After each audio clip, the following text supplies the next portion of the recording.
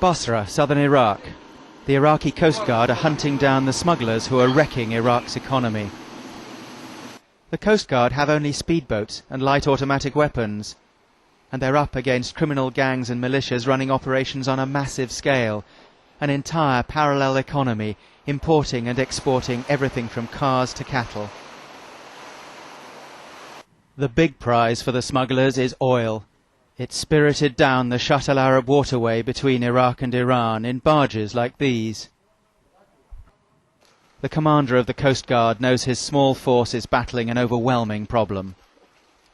One Iraqi economist estimates that oil smuggling could be costing the country somewhere between $2.5 and $4 billion a year, as much as 10% or more of Iraq's national wealth. تهريب الوقود من موانئ العراقية يبدأ أساساً من انطلاق الوقود ومن مصادر توزيعها من محطات تعبئة الوقود حيث غياب الحس الأمني شوية بالإضافة إلى قلة المراقبة بالإضافة إلى طرق مبتكرة ابتكروها المهربين ومنها استغلال الأنبوب الناقل الرئيسي عن طريق فتحات ومد إلى مسافات بعيدة يجمعون هاي الكميات داخل أحواض يملونها بتناكر ويستغلون ضعف الأمن بالشارع يقدرون يوصلونها إلى السفن والبواخر. One big scam is fishermen selling their subsidized rations of diesel to the smuggling gangs. Since the days of Saddam Hussein, petrol, diesel and kerosene for cooking and heating have all been heavily subsidized. The fishermen can make much more money by selling their fuel than by catching fish. هسه توجد بشط العرب أكثر من 900 سفينة معدة للصيد. هاي السفن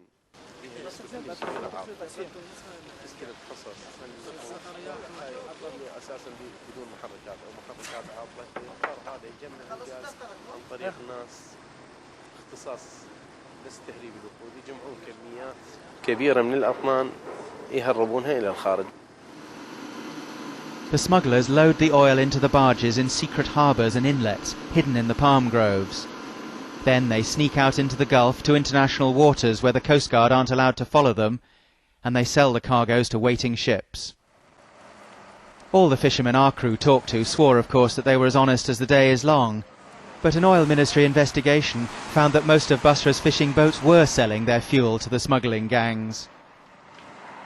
So the authorities are buying an oil for fishing. Every ton of subsidized fuel oil the fishermen receive, they have to come home with the same weight in fish.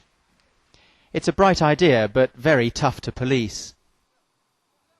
This fisherman told our crew the Coastguard were accusing him of selling 11 tons of diesel rations. He said they never received subsidized fuel and just bought what they needed on the open market. Mu'taz Dakhil from the Coastguard just doesn't believe him. Where's your ration, he demands.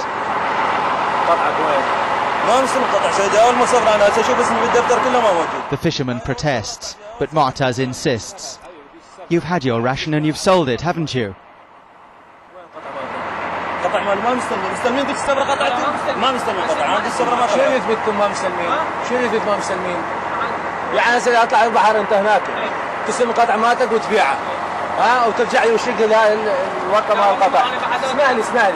In the end, he orders the boat back into port.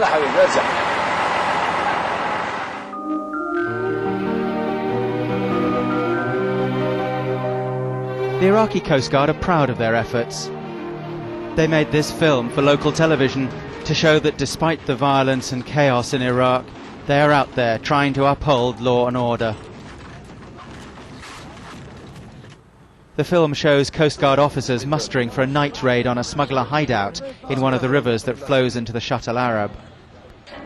Officers proudly display some of the cargoes they've seized. Boatloads of cars being smuggled in to avoid import duties, and barges filled to the gunwales with crude oil. But faced with an enemy armed with weaponry like this, how much more is slipping past? The commander of the Coastguard knows the odds he's facing. هذا بالإضافة إلى استخدامهم شتى مطاردتهم متابعتهم يستخدم القاذفة يستخدم أسلحة البي كي سي يستخدم الار بي كي مختلف أنواع الأسلحة ويأجر ناس مأجورين للمداهمة. The entire oil industry is wide open to abuse.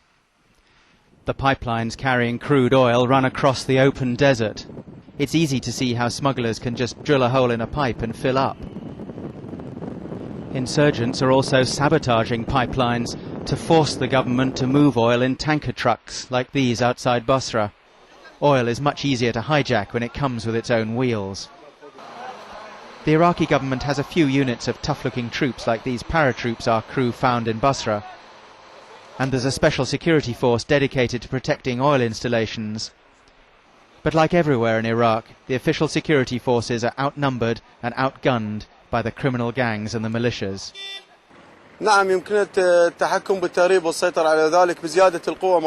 We could control and stop oil smuggling if we had more manpower and more weapons. At the moment, we only have access to light weapons, and it makes our job much harder. We also need new cars. Ours are in terrible condition. The result is economic collapse and daily misery for ordinary Iraqis. People are suffering desperate shortages of petrol, diesel and kerosene. They need armed guards to protect the pumps. Iraq has the world's second largest reserves of crude oil. Basra here is the headquarters of the oil industry in southern Iraq and home to one of the country's biggest oil refineries. But the people who live here have to queue for many hours, sometimes days, at petrol stations, or else pay 4 or 5 times the official price to buy fuel from black market stalls by the side of the road. In 2005, the government spent about $4 billion importing oil products to sell at giveaway prices. It had to import because war and sabotage have crippled most of Iraq's own refineries. The government has been steadily removing subsidies on oil products over the last 2 years. Petrol has shot up from 3 cents a litre in Saddam's day to 32 cents now. But there's still a lot of money to be made from smuggling, as the oil company official in charge of protecting oil installations admits. التهريب عملية ربح سريع تتم عن طريق اختلاف الكبير اللي موجود بالسعر الحقيقي للمنتوج والسعر المزود به للمستهلكين المحليين. يعني هي مسألة مال. الناس الربح اللي موجود بين المنتوج اللي يشتريه من الدولة ويبيعه خارجا مبلغ كبير جدا ما يستعان به، ولكن مع كل هذا وظفت العملية لأهداف سياسية.